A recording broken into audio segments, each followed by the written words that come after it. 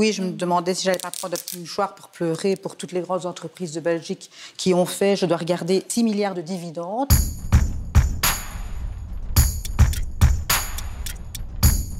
On était à côté des manifestants lundi qui, à juste titre, manifestaient pour justement augmenter le pouvoir d'achat parce que qu'est-ce qu'on voit ici?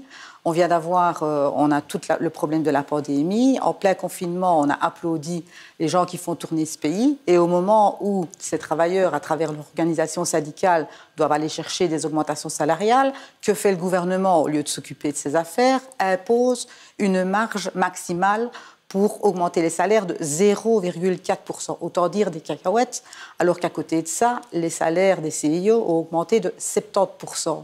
Donc, dans ce sens-là, c'est normal que les manifestants demandent la liberté de négocier et que le gouvernement a interdit.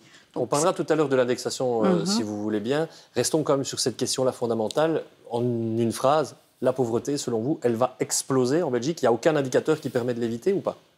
Ici, j'avais encore la facture d'une de mes collègues qui a reçu une augmentation de sa facture énergie. Donc, elle va passer de 230 € par trimestre à 380 par trimestre. Ça va faire quand même une différence conséquente pour elle. Elle vit avec ses 2 enfants. Donc, effectivement, elle n'est pas encore sous le seuil de pauvreté ni au niveau du seuil de pauvreté, mais elle va devoir choisir. Donc, augmenter les factures d'électricité, ce n'est pas possible. En plus, c'était en plein quand il fallait payer aussi des choses pour les enfants qui vont à l'école. Donc, voilà, c'est plus tenable. Quand vous produisez un produit et votre concurrent aux Pays-Bas, en France, en Allemagne, en Grande-Bretagne, produit la même chose, le même produit, il y a une différence de coût d'à peu près 15%, où est-ce que le consommateur va acheter son produit?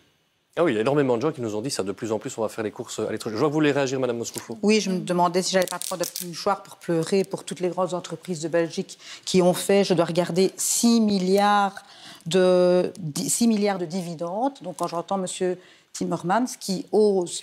Quand? À quel moment? Donc, quand vous osez, je ne sais pas quel respect vous avez pour la classe travailleuse. Parce que c'est elle qui crée la richesse dans ce pays, M. Timmermans. Quand vous osez dire, en pleine inflation, qu'il faut un saut d'index, parce que sinon les entreprises et les emplois vont être perdus, je trouve ça scandaleux.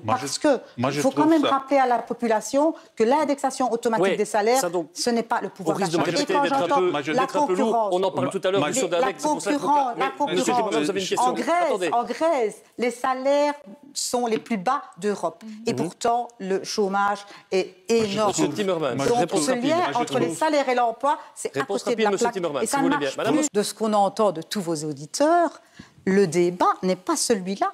Le débat, c'est comment est-ce qu'on va aller chercher des vraies augmentations salariales. Et là, autant on se réjouit que le gouvernement ne va pas plier face à M. Timmermans sur un éventuel saut d'index, autant on regrette que c'est ce gouvernement Vivaldi qui va enlever la liberté de négocier des organisations syndicales dans des secteurs. On ne nie pas qu'il y a des secteurs qui ont eu vraiment des gros soucis et je veux vraiment transmettre toute ma solidarité à tous les petits indépendants et les moyennes entreprises qui ont souffert. Mais vous dites que mes chiffres ne sont pas corrects, mais est-ce que vous niez que ArcelorMittal, Ikea, Umicore, AGEAS et j'en passe ont fait des bénéfices et ont transféré des dividendes aux actionnaires? Alors, vous dites que vous êtes le dos au mur, que vous voulez prévenir pour guérir, parce que on est dos au mur, excusez-moi, mais je ne sais pas ce que vous mettez dans le « on », mais en tous les cas, aujourd'hui, c'est la classe travailleuse qui est dos au mur, et pas les actionnaires des grandes entreprises, dont vous êtes le représentant, M. Timmermans. Sur ces